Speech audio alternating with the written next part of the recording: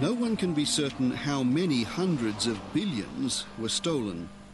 What's happened in Russia represents the greatest theft of resources that has ever occurred in history in a short period of time. What is certain is the money was moved offshore with breathtaking ease. In today's world, the money moves instantaneously. The money is an electron somewhere on somebody's hard drive, and maybe it's on multiple hard drives, but it can bounce from here to there faster than any legal system can ever figure out where it went. A matter of pressing a few buttons, and with the click of a mouse, it was gone. Money laundering as we know it now is very much one of the dark sides of globalization. Through the 1990s, between $200 and $500 billion was stripped from the former Soviet Union. In tonight's program, we look at Australia's role in the beggaring of a nation. And we look at why nations, including Australia, have targeted money laundering and Russian organised crime. How good are Russian organised criminals at financial crime? Fantastic, the best in the world. The sums of money are vast, and with greed and with unscrupulousness and with complete disregard to laws, our very institutions are imperilled. Our economy is at risk.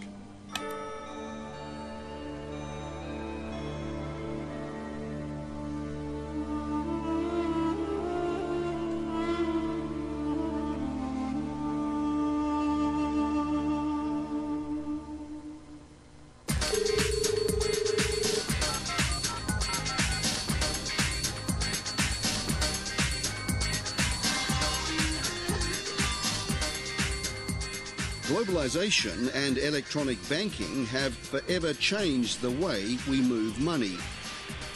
There is nothing quite like the speed and seamlessness with which money moves around the world, irrespective of national boundaries. And it's that which has brought into focus the system of nation-states and how largely irrelevant they become in a globalized international economy.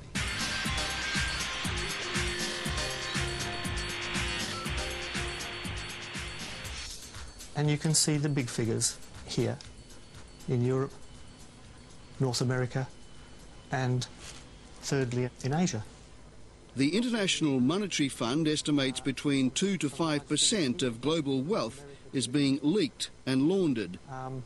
My best guess is 2.8 trillion US dollars a year, which is rather more than the IMF, for example. Their estimate of 1 trillion I believe is undercounting a lot, particularly in the areas of fraud. They tend to focus on drug crime and trafficking generally.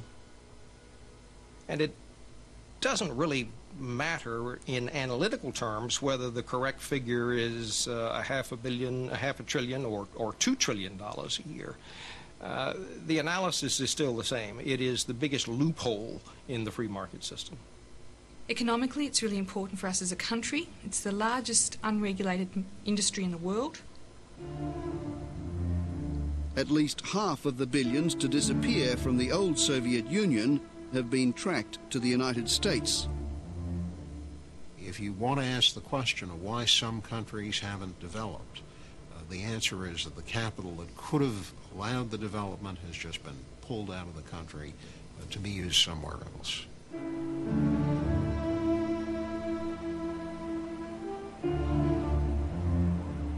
10 years beyond the collapse of communism, Russians continue to use up their famous patience in waiting for the appearance of a better life.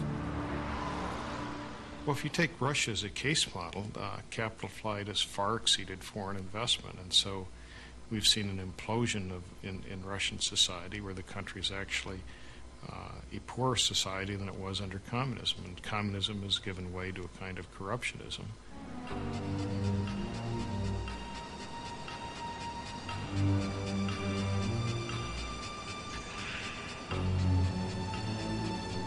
Along the streets of Moscow, there are no queues at the ATMs.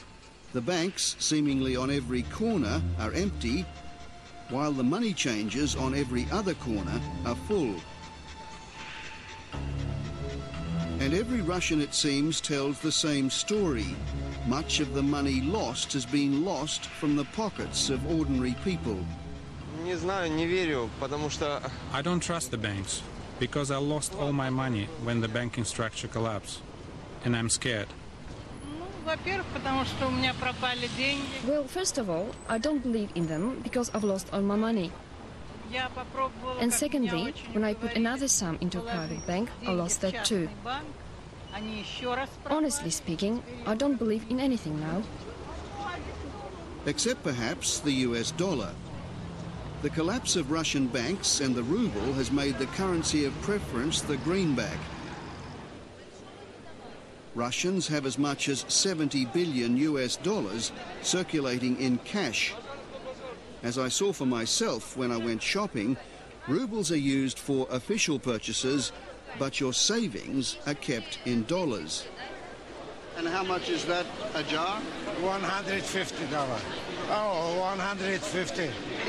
Rubles, not dollars. Yes. Okay. Sorry. That's all right. So, how much are they? Это 5 pieces, $10. 5 pieces for $10. Don't think about it. It's only rubles. Ну, первое, невозможно проверить, сколько реально денег имеет население, если эти деньги не лежат в банках. Невозможно залезть каждому человеку под матрас, в тумбочку, в шкафчик, в сейф и достать оттуда его деньги и посчитать. Это невозможно. Incombank, Russia's largest private bank, folded in 1998 after allegedly stealing a reported $1.5 billion US dollars from its investors.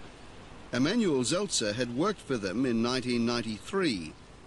Incombank in 1994 was taken over, as were most larger Russian banks, by various organized crime factions in Russia. And at that point, the legitimate shareholders of Incombank were locked out, essentially, and organized crime groups took over and ran Incombank as a corrupt criminal organization ever since.